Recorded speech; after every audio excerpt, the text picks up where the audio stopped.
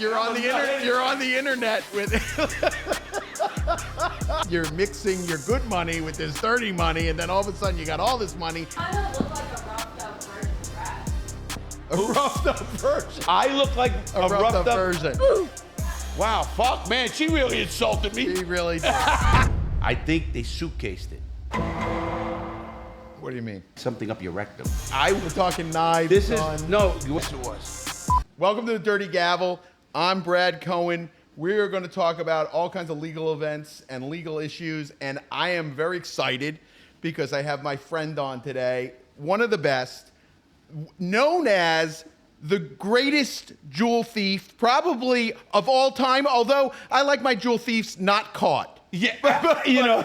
But like Trump says, but one of the most known in terms of the way things were done, the way things went, and probably the most that you got away with in a clip. Am I right or am I wrong about that? You know, I hate to sound it, but you're right. I did over 25, almost 30. They convicted me of. I was indicted in 4 different federal districts. We didn't even introduce you though. Oh, I just said he's the greatest, Larry Lawton, and here we go. And he's got his own show, which is. I have a lot of them. I have The Real Deal with Larry Lawton. That's a podcast. We were top 1%. I took about 6 months off. We're going back. I also got, I got a lot going on. He's got a lot going on. He plays GTA, which my son loves watching you play GTA and giving the commentary, which I don't always let him watch, but your commentary is pretty good. And it's just interesting because, like I said, we right now are in kind of the mode of seeing what's going on in the world in different legal issues. Of course, we're going to get into the first thing that I am so desperate to get into is this jewel thieves, right? There's 3 of them, allegedly 3. 4 in France that got away at the breaking Louvre. into the Louvre. Got away for now. They're gonna get caught. Yeah. First of all, I'm so glad to be here, Brad, because I know Brad 30 years. He was a young attorney way back when I was in. This was back in the. Shit, I got arrested in 96. Yep. I went to prison in 96. Yep. So this was 94. Yep. We were a young kid, man. You were smart. And he blow his horn, but he became the best criminal defense attorney I know. And I know a lot of them, and I mean around the country. And I did the law. I got a law degree for 10 years, and I come to him. He's on my speed dial. Where's my camera? Okay, you got one there. I just want to know. So they're make it all easy for the editors, they're too. all cameras. I want to make all around you. Set up. We got the setup. They're all around you. And for people that don't know, you were part of a jewelry heist crew, right? I was involved. Did you lead the crew? I was involved in organized crime with the Gambinos. My first robbery was actually a setup. Sunrise, Florida. A guy wanted a insurance job. So my boss said, if I'm in Brooklyn, hey, what do you think, lad? I said, you setting it up? We knew everything. Where it was, how many people were there, because people don't understand. Jewelry robbery, it's an art, actually. And I hate to say that. No, it's a planning. It's all about the case. Right. Casing a place is so important. When I'm talking about this robbery in the Louvre, we'll get to that. We got so much, Brad. It's so good to catch up with you in person like this. Yeah, I mean, and when I talk about law, because I love the law, I don't like the paperwork. I mean, I did more motions and I can't even count. But looking back and knowing how you are and seeing you, and now you are who you are. I mean, listen, you're lawyer to the stars, really. I mean, that's what I call you now. And I love it. No, absolutely. I try to represent everybody. You're on my speed dial. And whenever I think of, our conversations of the past, and I've represented guys that robbed banks or, pulled off heists. Can't shock you. And no, nothing shocks me. Your story's the best, but nothing shocks me. But I always compare like real robberies, guys that they're career guys. I compare it to like a paint job. And it's not the painting that's important. It's the prep. It's the sanding. It's the getting ready, the car getting ready. The paint is kind of the icing on the cake. So I always think back to your jobs back in the 90s when, they said like, oh, these guys cased the joint for 3 days, and we 3 figured- weeks. Yeah, They didn't know that. something was going on, and we weren't sure what was going on. And I know there was one case where you went to the place and like they just saw, oh, it's Larry Lawton. we're going to be in some trouble, and they called. So tell me a little bit about the background before we get into the France. All right. I was born and raised in the Bronx, New York. I started literally in the gangster business at 11 or 12. I was doing bookmaking with the football tickets. This is in 1972. I'm getting old, man. In 1972, I'm literally going around the neighborhood giving, the police, the policeman, the electrician. They live in a neighborhood. Now, I lived in the Bronx at this time in Earl, and a real gangster neighborhood. Either everybody was a construction worker, like my dad, he built the World Trade Center. I was actually on the World Trade Center in 1970. The construction workers took a rope and made me go to the edge at 103rd floor. I got hard hats and all this. I got pictures of this. Because he built the World Trade Center, 2 biggest buildings in the world, were built from 1968 to 72. Think of that. In the city, and they can't do a road in Florida in 5 years. What are they, crazy? But well, my dad was the foreman on a job, 200 guys, and we used to call it, that's when we came up. Because we come from the, I say the hood, but, we came from a and you area. all union guys. We were all, we were robbing cars. I was robbing cars at 15, getting $500 a car, going to the chop shop, which was at a golf course. They used to close it every once in a while and take away like 60, 70 just bare frames. Just to get rid of them. We had, that's when car robbing was good. I do tell people, listen, as a criminal, and I'm not proud of it, and I often tell people I changed my life. Of course, and we're going to get into that. Yeah, but you've taught youth. You've said I have the number one courses. program. Yeah, number one program in the United States, recognized on the floor of the United States Congress. I'm the only ex-con who's honorary police officer. And I don't like cops. But I can put anything. I really don't. Most of them are I think we'll get into that. Yeah. Because of why. And you started, your life of crime started when you were like 12 or 13 years old. 12 years old. Okay. And then you start running numbers and football cards, which when I was a kid, that was a big thing. Yeah. You're older than me, but not by much. No, I know. I know your age. And so you were running numbers, running football cards, and you just grew up in that life. Obviously, you're breaking into cars. You're starting it. When did you start? What was the first job you did? If you can discuss it, I don't. I mean, statute of limitations. Statute of limitations are up. So you don't think I know that? And I'm gonna call you if I think it's not. So first job was, how old were you when the first big job? Okay. There's no such thing as a first big job. Okay. Everybody who's in my life. And I'm talking to gangster life, and I mean real. I was with the Gambinos. I was associated, made a lot of money for a lot of people. Yeah. But I was sent down to Florida after some stuff. What happened was at 17, I was robbing cars, doing all this stuff, and I get caught. Back then it was, hey, listen, you either go in the military or you go into prison. Right. Now, I didn't even graduate high school. I was 17 years old.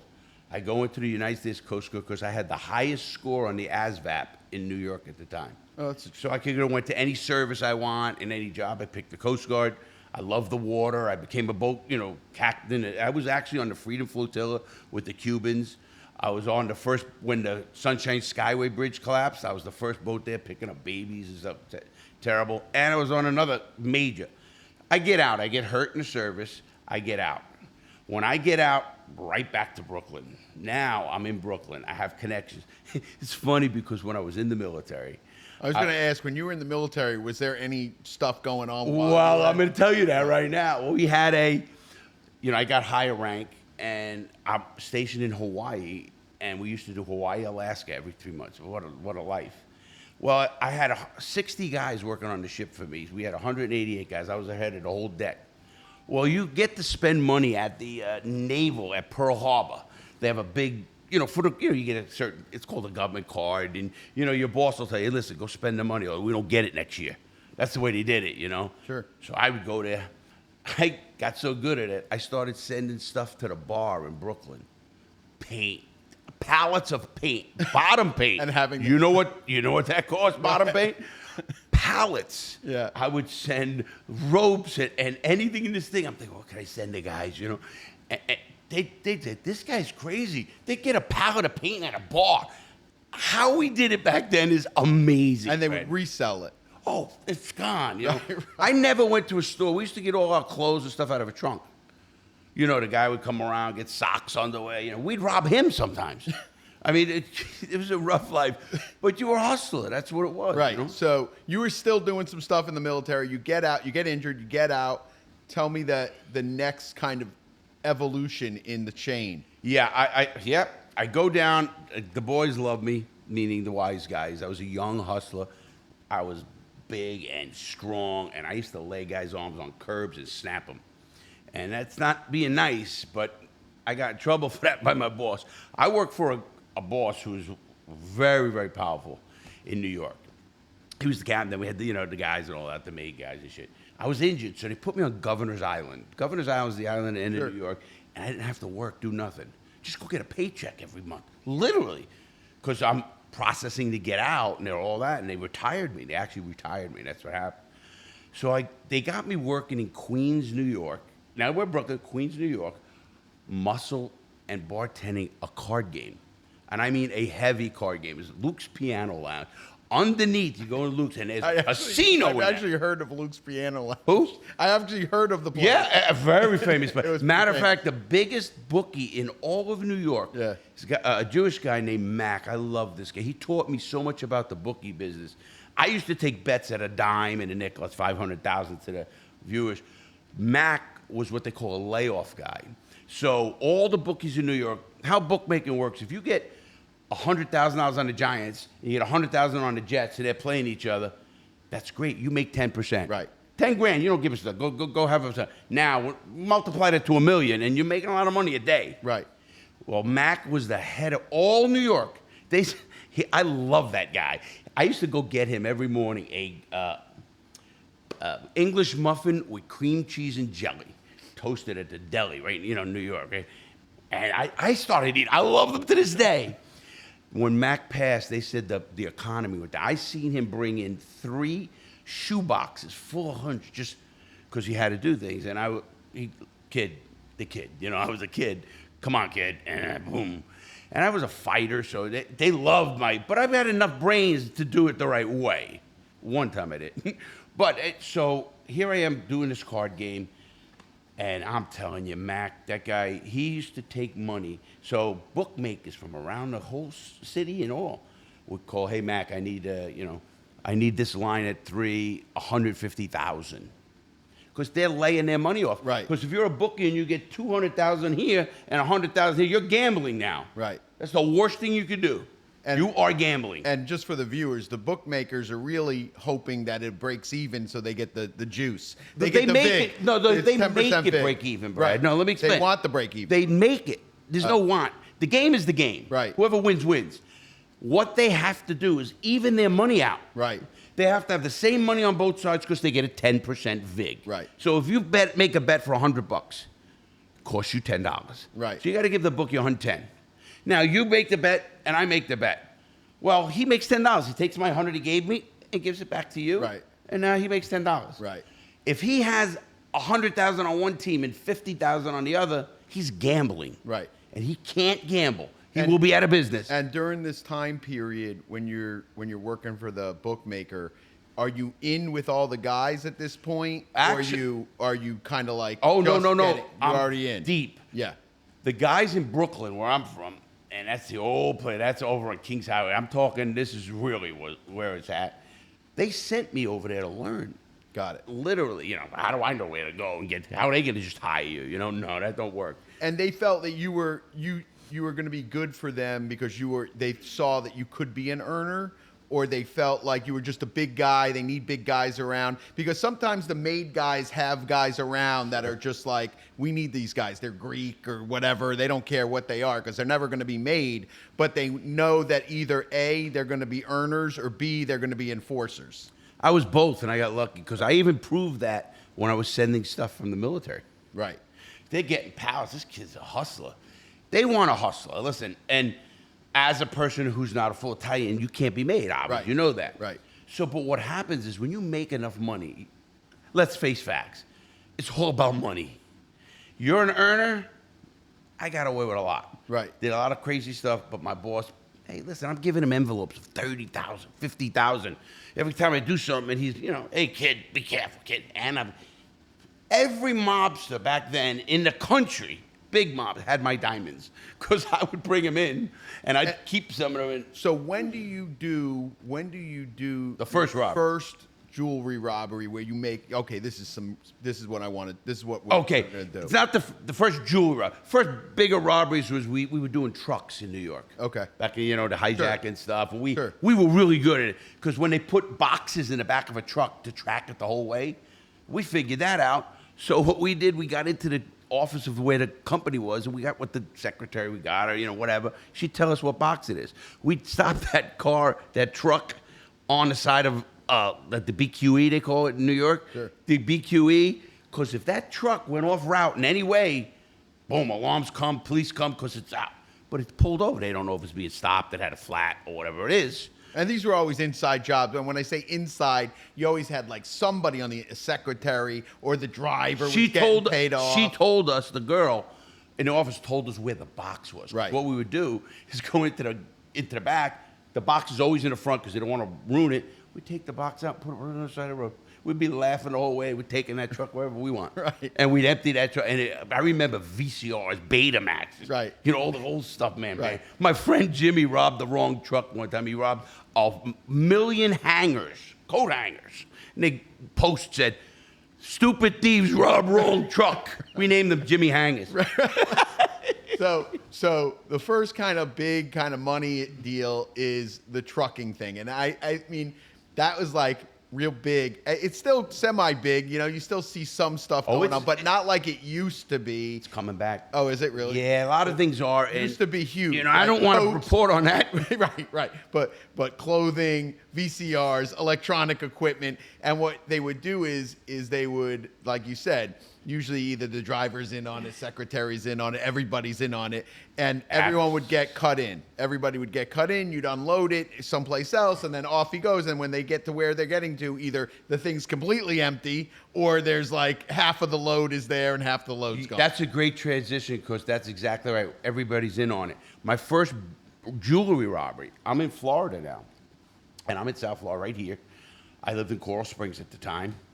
And I came down here and North Lauderdale, Florida. I was set up by some guys, a pizzeria, and I remember the pizzeria Yeah. because there's an insurance job later on. I burned the whole plaza down. Right, we'll talk about that after, but go ahead. But so my first robbery in the jewelry. Good pizza, by the way. Right, it actually was. It was. My Great ex-wife, pizza. It was good from pizza. from the country, old country. That lady used to make the meatballs. But I got so big, people would come in on a Friday and say, "Get out of here! You want pizza? Get out of here!" Right. They're looking at me like I'm a crazy man, and I was. Yeah. But that's where we got the mayor. We corrupted the city, bought the Yeah, whole thing. so you're living down here. Right. And I get the phone call. It says, "Hey, Larry, we got something for you. Come on."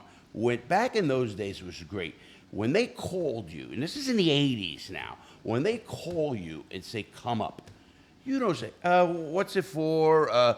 Can I come Monday?" You get on a plane when they tell you, and you get there. And that's a big thing. I want your audience to remember that because that was a lesson I learned later in life. How they tested me when I was making lots. I had the bars at the clubs, had my own limo, all this kind of stuff. What happened was my boss calls, "Larry, come on up Thursday night," because every Friday in Brooklyn, the big boss, he loved me too. We used to play gin rummy, $100 a hand back then. And that was the 86, 87, because I was 86. So we played big money. He owned the third largest bus company in the world.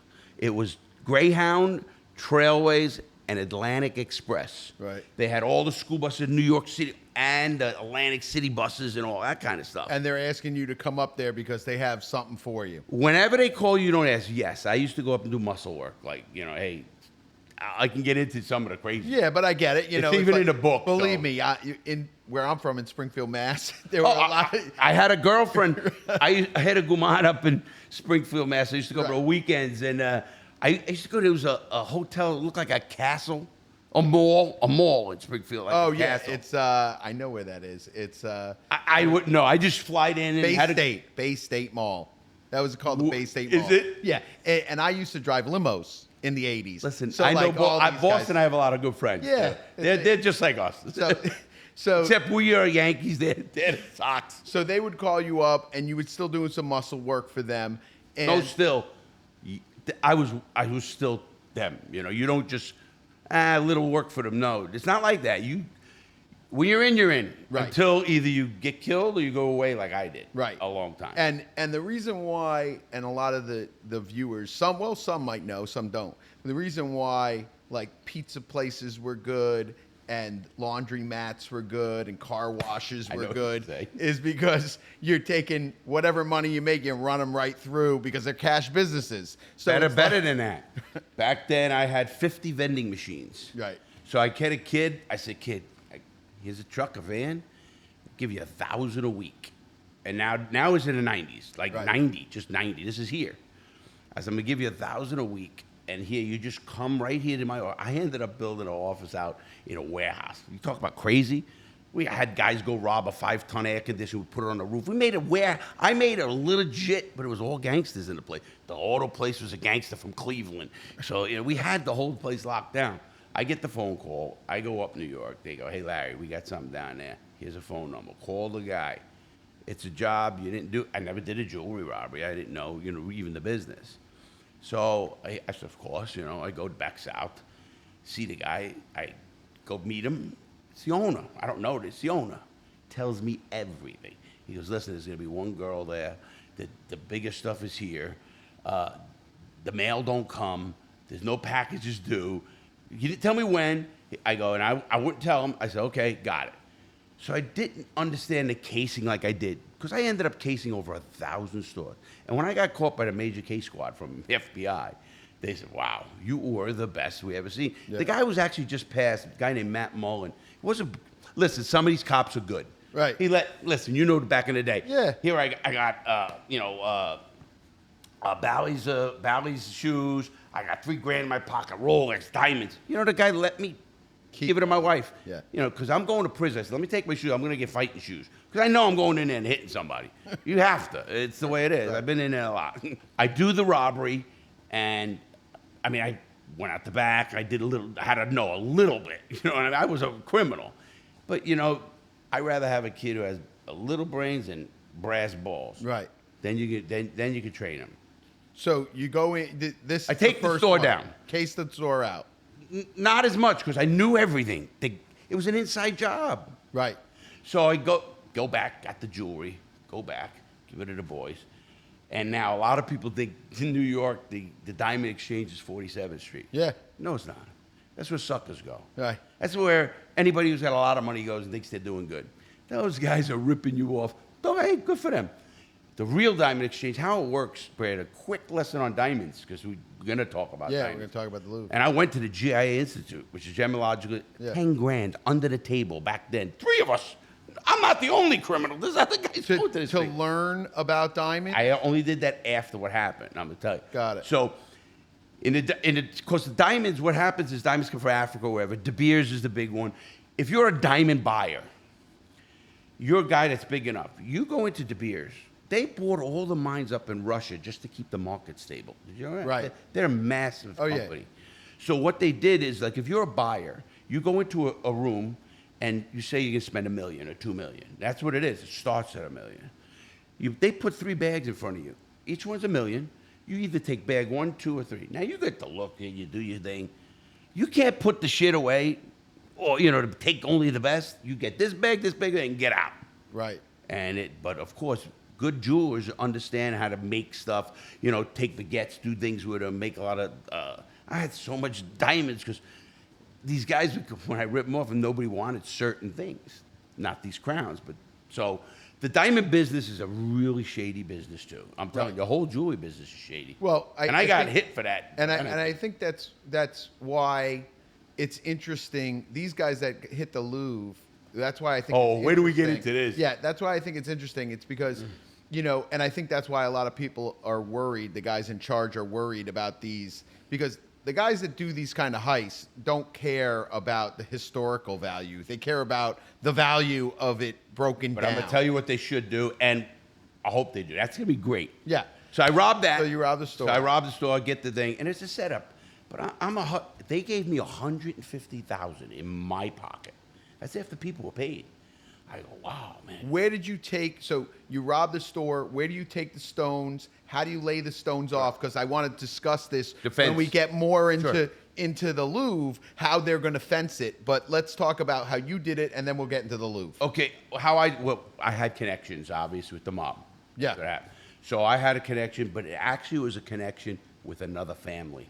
That's another story. But it worked well. We're making a lot of money. And they break it down. Your guy. What would happen? I would break after I got good.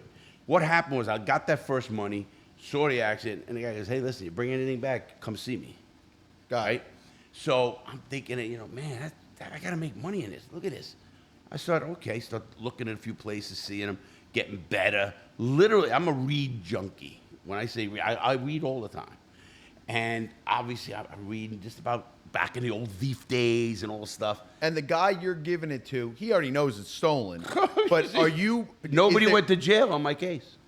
That, which is great. But He likes that. I love that. I do too. But do you bring it to him? Because I want to discuss it when it comes to the Louvre. Do you bring it to him broken down, or you bring it to him as is? So you'll steal a necklace.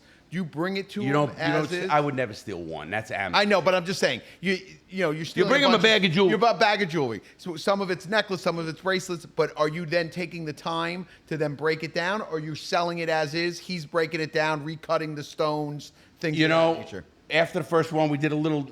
I won't say haggling because, man, I had guys with shotguns. We were ready. We don't know. They coming to rip you off. You ripping them off. Right. Everybody's on edge. Right. After you got very good and really close, I would go into the place, give him the whole bag. I knew enough to say, okay, I'll take 250, 300, 400. Right. One time, 500 something. That's the cutback. That's not what that's worth. Right. That's what I'm getting. So that's about 30%, maybe 25%. And they would then take it. And you here's don't what know- they would do. No, I know what they did. Melt it Because down. I used to go down. See, where the real stuff is done is down near Chinatown, Little Italy. It used to be Little Italy. It's really Chinatown now. Right. But underneath, there's so many. All of those stores you see, there's basements. Right. In the basements, they got furnaces that jewelers make. That's where the real stuff comes from. Okay. And then they break it, and they go uptown. Great. 47. So they'll melt the gold down, take the I diamonds watch them. out. They take, like, the first thing we do, my crew, I would go down there. My crew had clothes. I'd have them, literally take their clothes off. We burn the clothes, burn every piece of, like tag, every little thing. In 24 hours, Brad, you couldn't know a thing. They were breaking it down, melting the gold, taking the stuff. I would know what the ring is. Okay, let's say the ring said $8,000. I know it's probably $3,000, $2,000. Right. You know what I mean? What it is. Right. So I'm in broken down parts, meaning the gold is worth XYZ, the diamond's worth XYZ, or as is. No, I would look at that, but no, they break it down. Right. Like I would get straight pennyweight on gold. Right. And diamonds. That's why I went to the GIA Institute. To learn. I wanted to know if I'm getting ripped off. Right. And I wasn't at all. Right. I found out how dirty the jewelry business is. Right. I'd go into a store. I did so many. I would go into a store, Brad, and I'd say, I had a great thing. 1992, you remember it well, Hurricane Andrew. Yeah. Well, after I got out of jail from a cruise ship on another thing burning or something, a whole other thing you can get into if you want later. I was so good with it. I would go into a store. I would look good. I would have, slacks, nice sports jacket, no tie, and I'd have, Rolex and nothing obnoxious. And this was my line. I would go, the guys see you come in. First of all, I love the buzzers on stores. Buzz me in? Yeah. It's great for me. I ain't getting anybody popping in on me. Right. They're going to let me in. They want that sale. Right. They look through that window, see a guy with a Rolex, nice looking guy. I'm not nice. You know what I mean. Come in. He looks like he's well-to-do. And first thing I would say, listen, I'm married 10 years. I'm with FEMA. I says, I'm here. I got to be here for a month. We got a whole bunch of stuff going down in Miami. And so I was looking I'm married 10 years now. When I first got married, I bought my wife a small ring, about a .8, maybe just a carat. I didn't have money. Now I'm looking for something nice. Oh, yeah. He'd show me it. And I said, no. And that's part of casing the place. Casing it. But here's what people will get. And every good jeweler, wholesale, they have a box about that long. Looks like a card box, like baseball cards. And in that, there's all sleeves. You've been a jeweler. Yeah, sure. And what they are is diamonds. Right.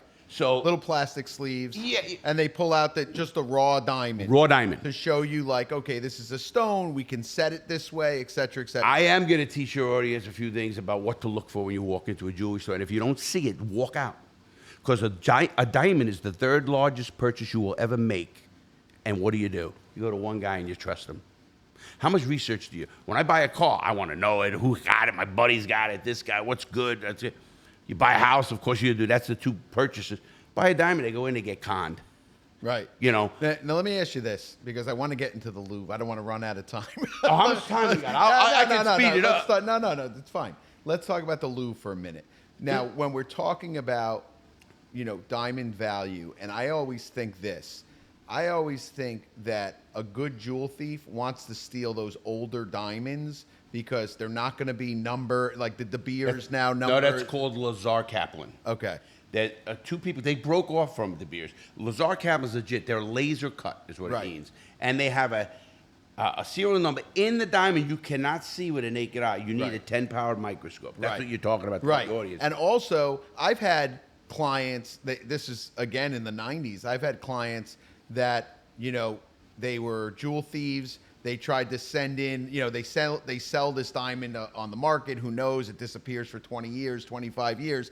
And all of a sudden, someone tries to go get it GIA certified. And GIA says, wait a minute, the cut on this diamond is so unique that I know it from somewhere So else. rare. Right. You're right. It's very rare, but very rare. Now, in because this that's case, a certified. See, that's a certified diamond. Right. That's subjective, Brad. Right. I agree. So now, in this case, you got these four guys. They obviously they're going to have, or they're going to look for, what are they going to look for the days before the robbery? What are they looking for to identify these guys? Because I'm sure they must have to identify who the police. To identify the guys who actually pulled off the job. Oh, so you want to know what the police are going to do? Yeah. If we're going to jump right in, I'll do that. Yeah, let's do it.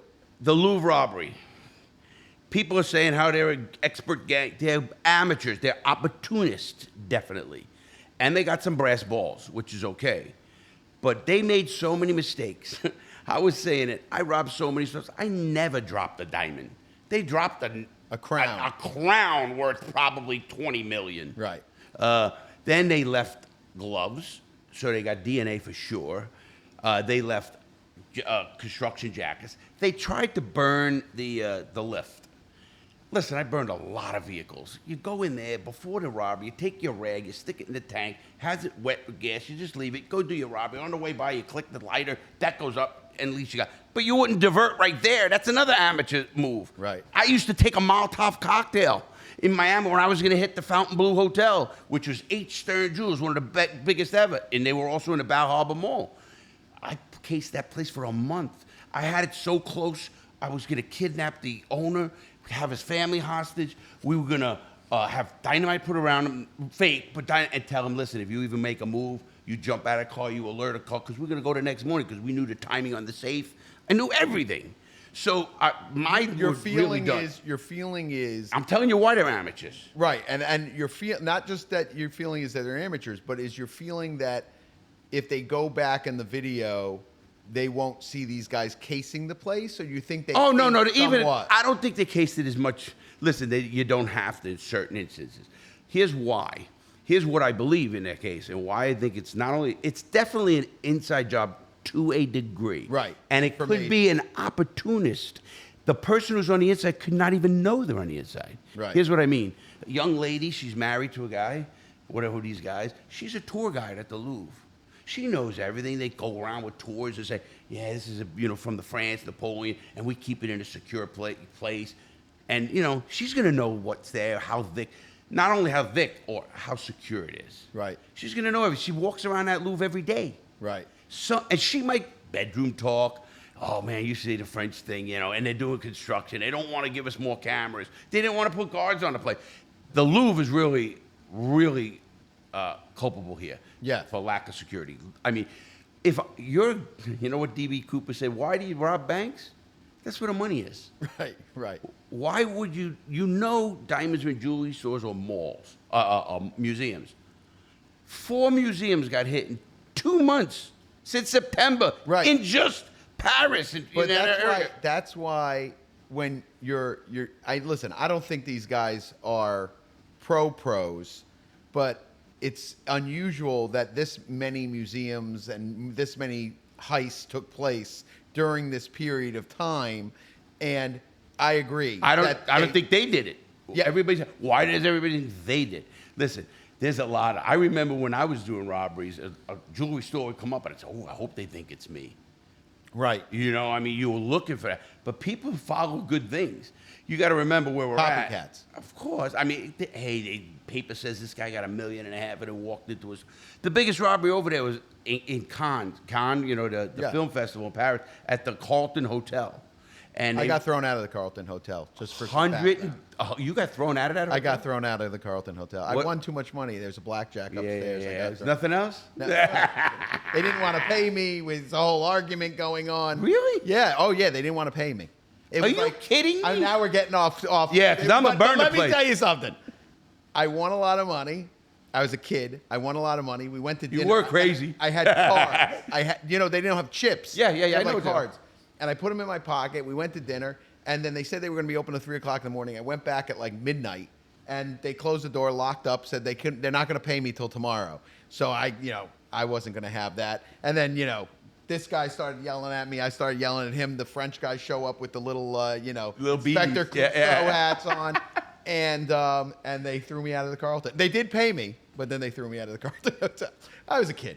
These things happen. I digress. Don't even do that with me. Gambling stories when I was a kid. You're saying in Cannes there was another robbery. $134 million. One guy walked in, put it in a suitcase, and walked out. $134 million. That sounds like Lufthansa. First of all, I've called every robbery. I've called the Kim Kardashian robbery. Exact. I called this other con robbery. I called one other one. Oh, the one where they went through the walls on a weekend with a house. Right. And when I say called it, I tell them how they're going to get caught, when they're going to go, how. Yeah. This one's going to be quicker than the others. This one. At the Louvre. I really believe, unless they're really bad.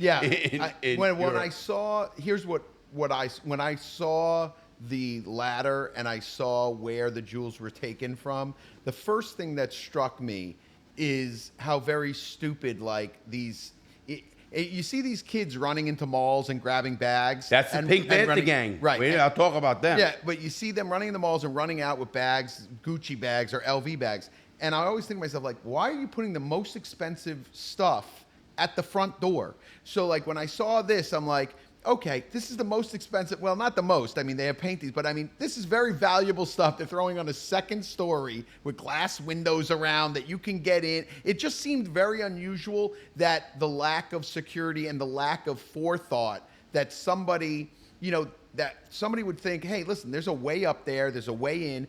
It surprised me that it took this long for someone to realize. I would have thought someone hit this place before this. And these guys thinking, okay, I'm going to be construction workers. We're going to climb up this ladder.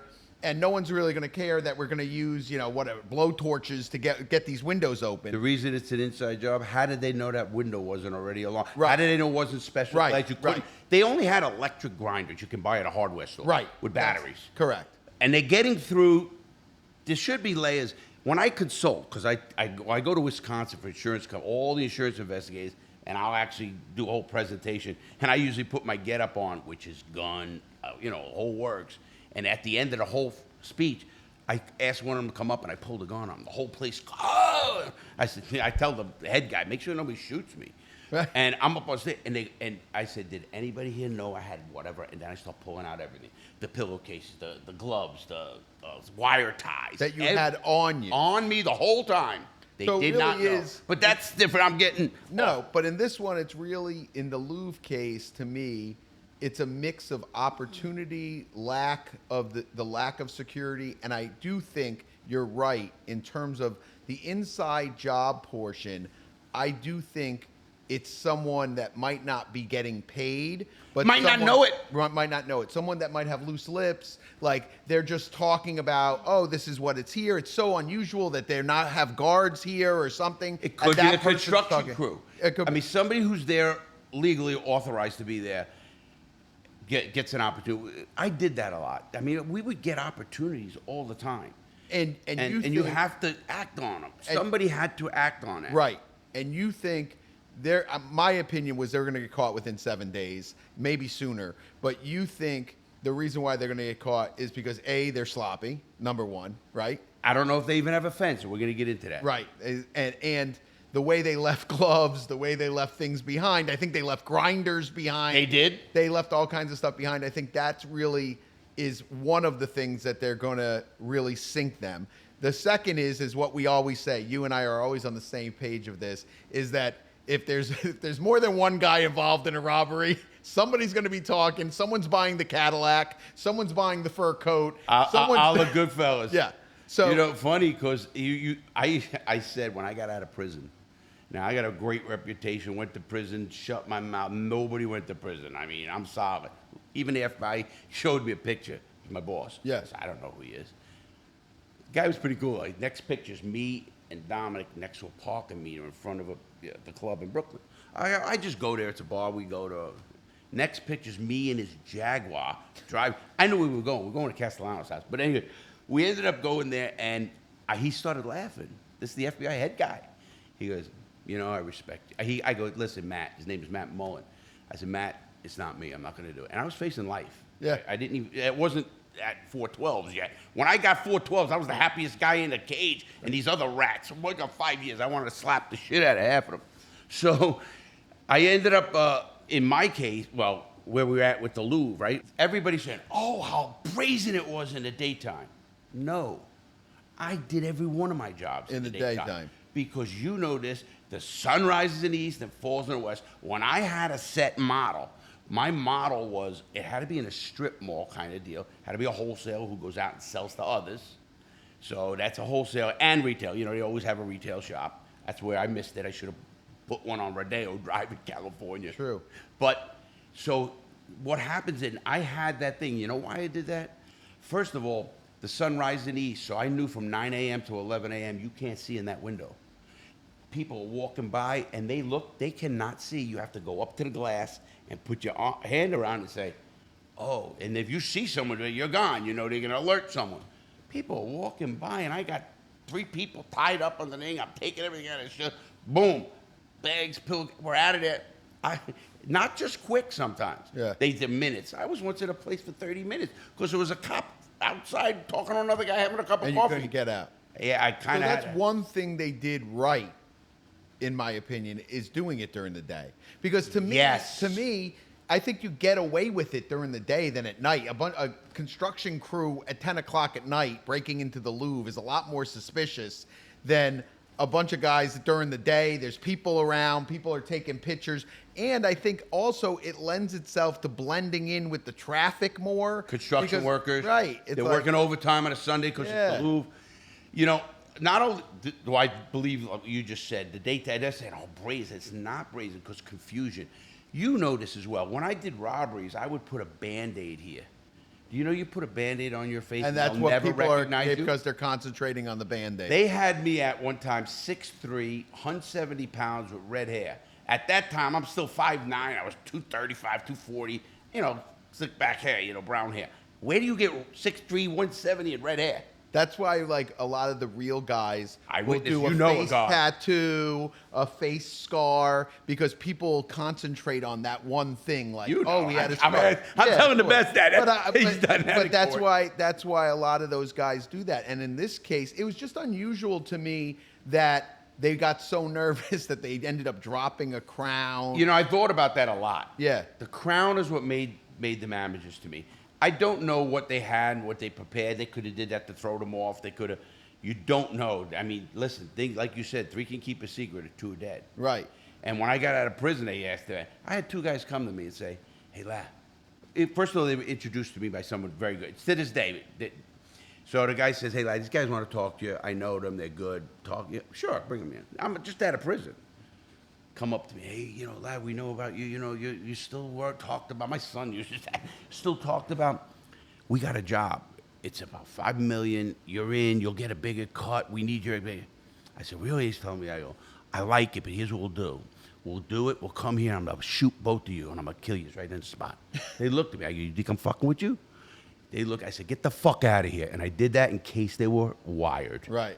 You understand? Right. I'm, of course. you know, because the FBI could say, hey, Larry reformed. Let's, you know, Right. hit him. So you're right. There's too many people involved, and the Too many reason they didn't people do it at involved. night, they don't have the technology. Right. I wouldn't.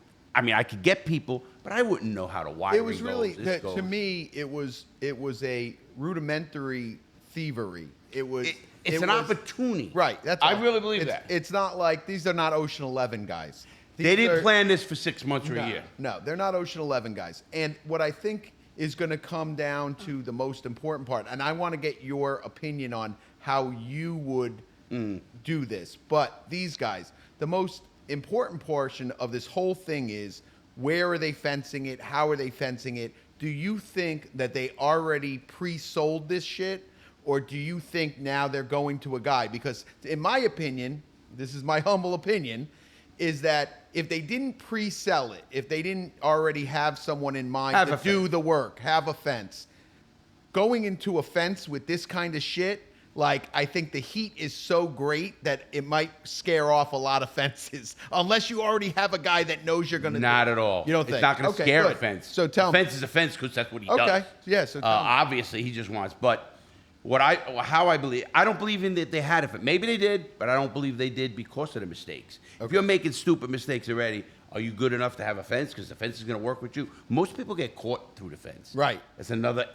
Listen, the more people you bring in, the more opportunity to flip it, and you know how that goes. Right. These people today, everyone I would talk to, I go, it got to be a rat. And I always say that, you know, it's such, people think that a lot of these crimes they're like, wow, that was really easy for them to get away with. It's like, yeah, maybe at that moment, but they're not going to get away with it because of, I think they're most scared, the government is most scared that it's already too late. These things are already broken down. And I don't believe yet. Yeah, And I'm I telling you don't why. think, you don't think so. No, Yeah. again, here's what I would do and why I don't think that. You know, you're right on point. The government don't care right now. They wouldn't give a shit. They'd pay $50 million right now to get that back. Right. And no questions asked. Right. In fact, I even heard just this morning doing my research for shows, they're waiting for a ransom demand. So that's funny that you say that. So that was going to be my fourth point is like, if these guys are really smart and they already left shit behind, they're going to have their DNA, they're going to probably figure out who these guys are. If these guys are really smart, they wouldn't have broken this shit down. They would have hit it and then waited and then, okay, now this is my bargaining chip. If they do get busted. You said it. Right. So then they're going to be like, okay, listen, okay, we're busted. We'll give the shit back. We'll figure this out. Like, I don't think that they're smart enough to get rid of it right away. And I think because of the mistakes they made, they'd be smarter to keep it whole as a quote unquote bargaining chip, at least for 6 months to see, you know, oh, someone's going to get caught or not get caught because someone's getting caught. I explained it like they originally robbed 9 pieces, 1 dropped, so they got 8 pieces. Right.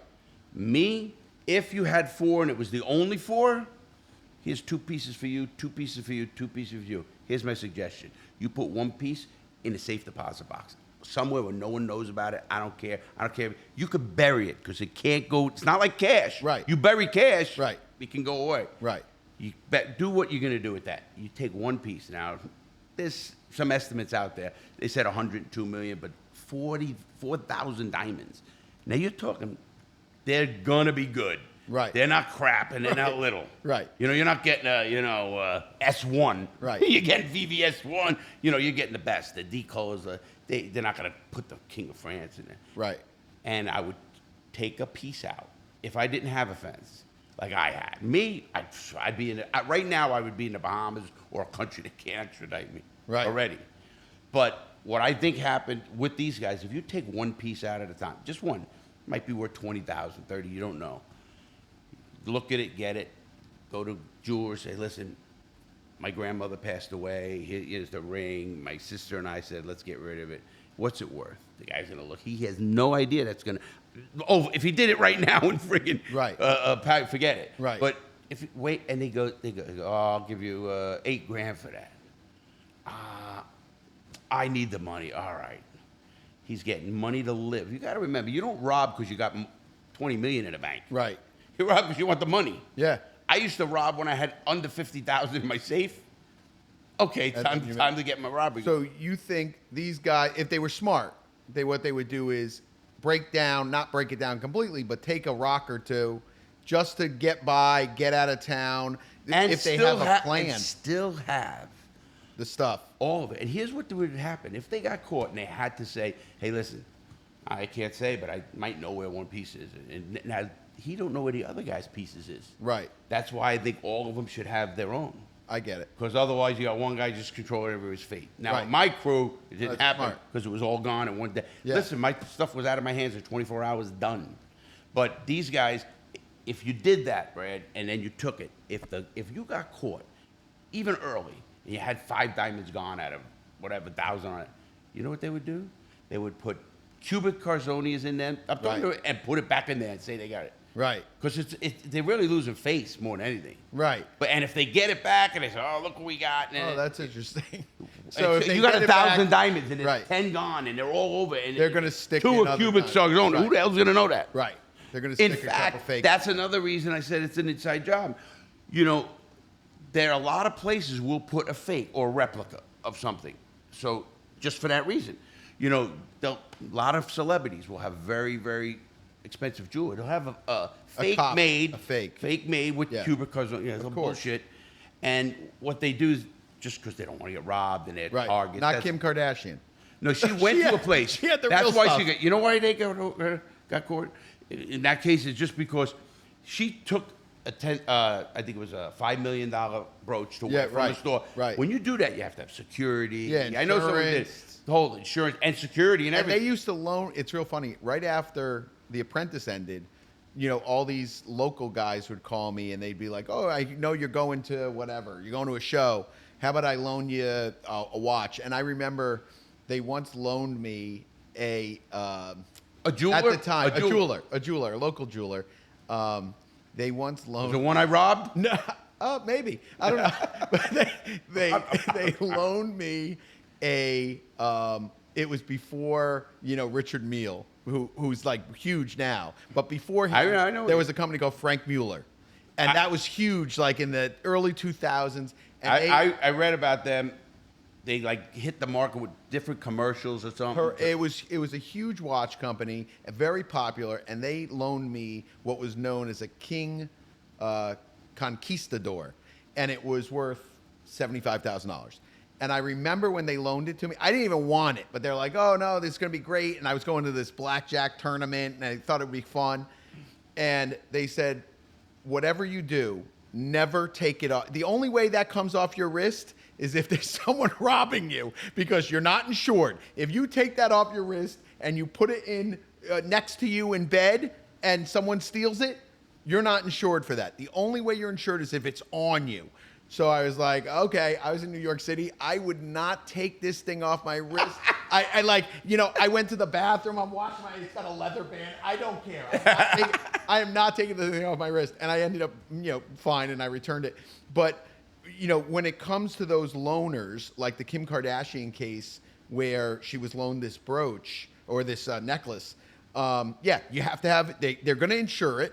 But you have to meet certain requirements, certain type they of needed security. for that, right. So like when those guys robbed her, I knew they were going to get caught. There's just too much sloppiness, too much DNA, too Knock much the guy out, interaction. and how does anybody know she even has that? Yeah. You know what I mean? Another one that was like, I think, more of an inside job, which I don't know if they've ever arrested anyone that gave them the information. I know there was like 4 or 5 guys involved. They were all older guys. One guy was like 80 years old. Which one? The Kim Kardashian one. So like, I knew They did catch the guy. I know they caught. No, they caught the guy who was on the inside. He was the guy who worked for the jeweler. Okay, that's what I wanted. Oh, so that's how that went down. So he says, he tells a friend, hey, listen, Kim Kardashian just took away. She got another one herself. And that's all they got to do. Listen, we used to have plants like that all over. We used to have every concierge. We have every, the guy with the car, valet. Right. Man, we used So they would see. It was so easy. And that's why, like I said, and I think the FBI knows this as well. I mean, they've done enough of these cases. They know. Where they know where to start with those inside jobs, right? So, like, you're right. Valet, guys at the front, concierge sees someone come in with a watch on or something like that. They know the guy has money, And or it's they just know their a phone routine, call. and they know where they're going.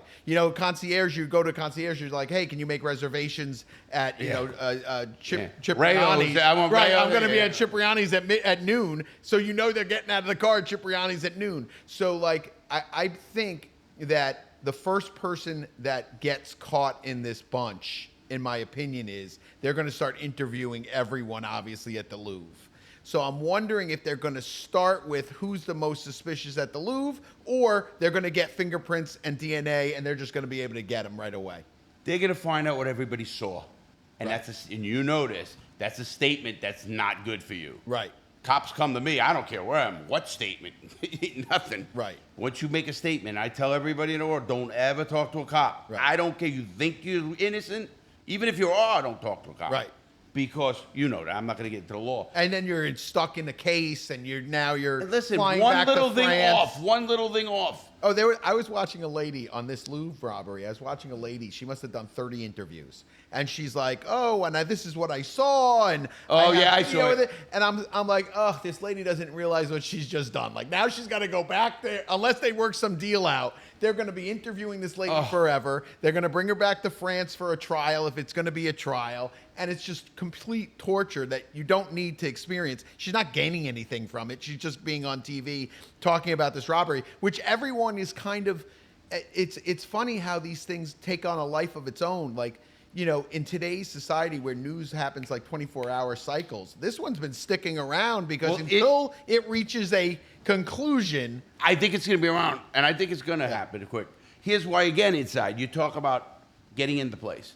Unless, again, and they're going to be caught this way, if they case that, and they had to case the back of the place a lot, and listen, every camera in that country right now is going to be, focused, so to speak.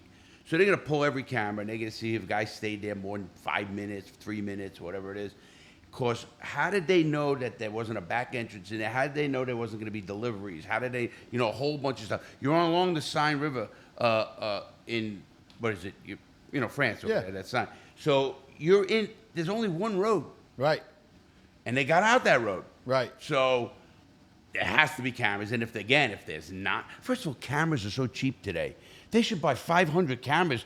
I mean, come on, everybody. I got 10 cameras at my house. Imagine the way that they got in there with the truck, but they had motorcycles waiting to get out. At some point, they had to place those motorcycles, right? So they're going to try and figure out. And it's funny because I've seen this in many. It was two motorcycles. Two motorcycles. So I've seen this happen in many, many cases. I had a murder case out in San Francisco where they literally had cameras along every single road, ring cameras, this camera, here's this person going here, here's this person Speed going. cameras, So red light I can't cam. imagine that in today's day and age that you could get away with this scot-free without ever getting caught unless you're very, very good. And I don't think these guys are that good. I always think when I walk by stores, and I did one of these videos, can I rob it?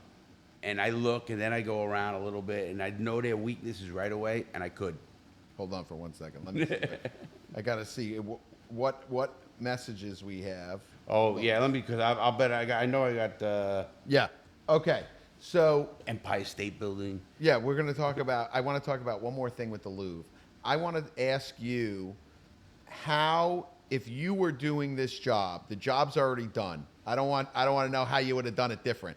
I want to know if you did the job the way they did it, going forward from here, what are your next steps? So you did the job, These You guys, got back to their apartment. You left your shit there.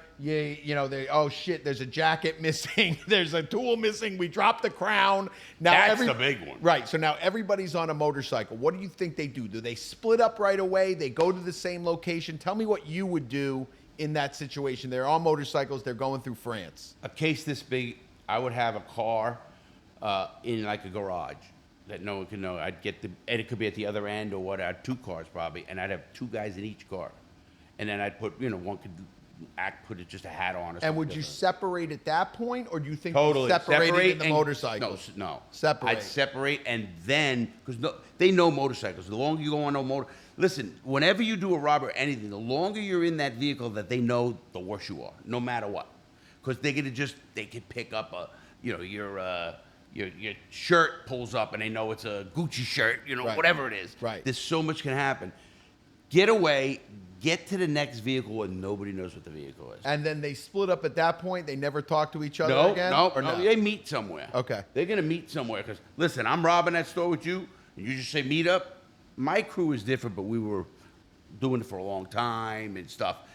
None of my crew even knew who my fence was Right. because I want to protect people, Right. obviously. Right. So now these people, if they have a fence, if I don't think a fence would be scared in a minute. A fence would say, yeah. When I was going to rob the H-Stern Jew, I called my guy. I said, listen, it's about 12, 13, 15 million in this place. He goes, well, we'll give you let's judge it at 4 million. He said, I'll give you 2 million when you get here, $1 million the next month, $1 million the next month when they sell this. Right. I said, done. So they're ready to do it. They're ready. They know. They don't care. They don't care That's if their business. Right. They don't care. They're criminals, Historicals, they don't give a shit. It's just melt it down, take the stones, truth if they're is- doing that. Right. But you would do. But I think a lot of them do. So you would have cars ready to go, motorcycles down, cars ready to go. So these motorcycles sooner or later are going to be found. But they got found like that. Yeah. That means they didn't even hide them or do something. Go into a place and put them somewhere against a wall or, So motorcycles get found. They switch cars, or they switch into a car, hopefully 2 if they're smart, but they might not be, maybe 1. They go to one location, and now your opinion would be split up the jewels, everyone go on their own way and hide it where they're going to hide it. Unless they're really good at they trust each other. They go, okay, let's go back to our jobs. They have to go back to wherever they did. Right. Because, everything they found is going to be another step. Right. And They there was find so out much. Who did they rob them? Okay, when they robbed them, where it was reported, what cameras we got. Okay, it's not robbed. Who was registered? Who did he sell to? They'll deep this thing down. They're going to find it. The more stuff you leave, obviously. Do you know how they ended up getting me? They ended up, the FBI major case Fingerprint squad- on one. Fingerprint left at one scene. Nope. Wasn't? No. No. Oh, I thought a palm a print. palm print. I knew it was a palm print and or that a was fingerprint. me jumping over a counter. I could And that's jump how there. they ultimately- Back then, I could jump over. And don't forget that was in the 90s, and that's how they ultimately linked you to that. Linked me to that one. See, what they ended up, why they got the 4 of them, and one in Georgia, one in Maryland, one in Pennsylvania, one in Florida. They also linked me up. They had a video of me buying a cup of coffee from either 7-Eleven or store. Right. To put me in Savannah, Georgia during a robbery. So what we're They're getting. so good. Right. They confiscated every camera within a 5-mile, I think it was 5 or 3-mile radius of that jewelry store I robbed. They confiscated every camera. So I'm talking, 7-Eleven cameras. And you're making a good point, because my whole thing is that the FBI, I think, well, today's FBI is not your grandfather's FBI. It's getting better. But They're good. Don't ever- FBI, you know that. the FBI in the United States is one of the finest in terms of the detail, the amount of evidence they gather, how they gather it, where they gather it. That's the only thing they have going for them in France, I think, is because when I think of France, I think of the Inspector Clouseau. But I do, right. They showed that on one of the shows. And the guys who threw me out with the little caps on. But I think that, and we'll end it with this. My guesstimate, we'll both guess on this. My guesstimate is it happened on Sunday. Today is Wednesday. I say they have an arrest before this coming Sunday. Opinion. Totally possible. I can't. Okay, let's The under/over. Let's I'm be going to give you betting the men. under. The under/over to me is 7 days. I'm going And under. I'm saying over, and here's Oh, why. I like that. Here's Okay. why. Not that they won't know, but once they know, they'll have them under 24-hour surveillance That's to a see good if somebody point. else See? comes, Yeah. if they go to a girl there, Right. if they talk to her on the phone. So I don't think they're So going to now we have to jump. classify it. Okay. You got that. You didn't think so like the that. under/over is 7. I'm saying an arrest before 7. You're saying they're going to know who they are before 7. they but might. possibly They're an gonna- arrest pretty much, after yeah. because they'll watch them. Very good point, Larry. This is why we have you on. This is why we are on the Dirty Gavel. Watch and subscribe. I'm Brad Cohen. It was the best of the best is having Larry Lawton on here. We talk about everything. I was on your show at one And you're going to time. do another one. We're going to do one here. I will absolutely do another one. The Because best I of want the best. legal. I want to talk about legal with We this. will. We will. And like I said, like and subscribe to Dirty Gavel. I'm Brad Cohen. Larry Lawton, thank you so much.